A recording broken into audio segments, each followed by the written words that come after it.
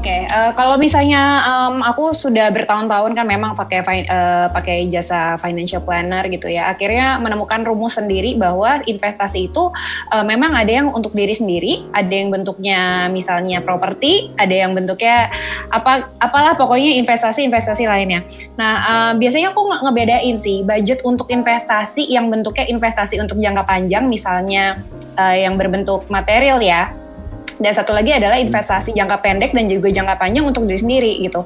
Nah, investasinya apa?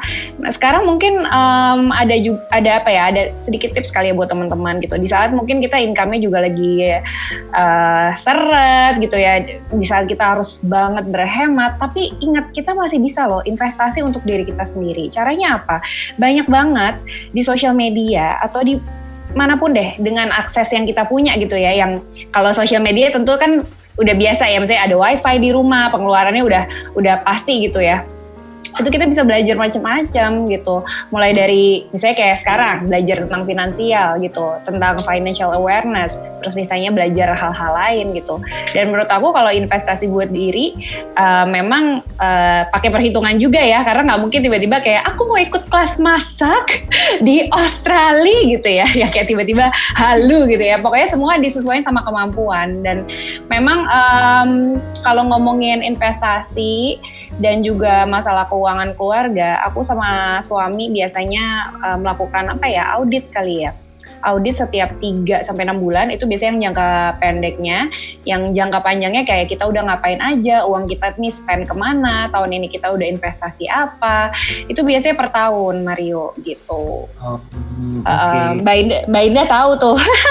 Biasanya kan tahu semua pokoknya. Biasanya kayak tiap 3-6 bulan kita lihat kayak kita perlu beli apa ya, kita perlu nambah apa untuk investasi atau misalnya untuk modal kita berkarya.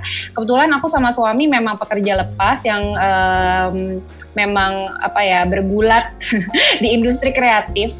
Jadi memang kami berdua itu modalnya adalah kreativitas gitu, nggak banyak di alat, nggak banyak di hal-hal lain gitu. Jadi memang investasinya banyak yang lebih nourish ke mindfulness, ke pikiran, pola pikir.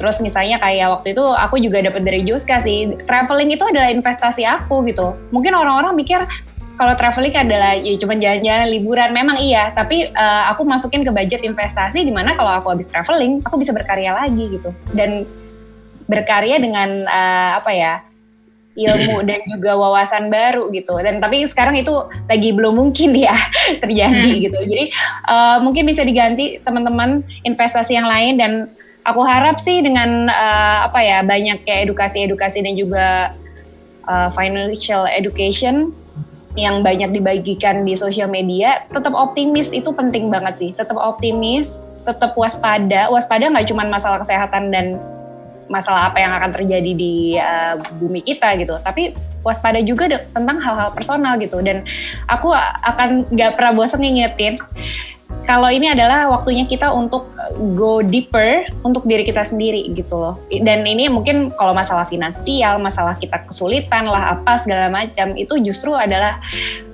merupakan jalan yang memang harus dijalanin untuk kita belajar lagi gitu, jadi orang yang lebih baik.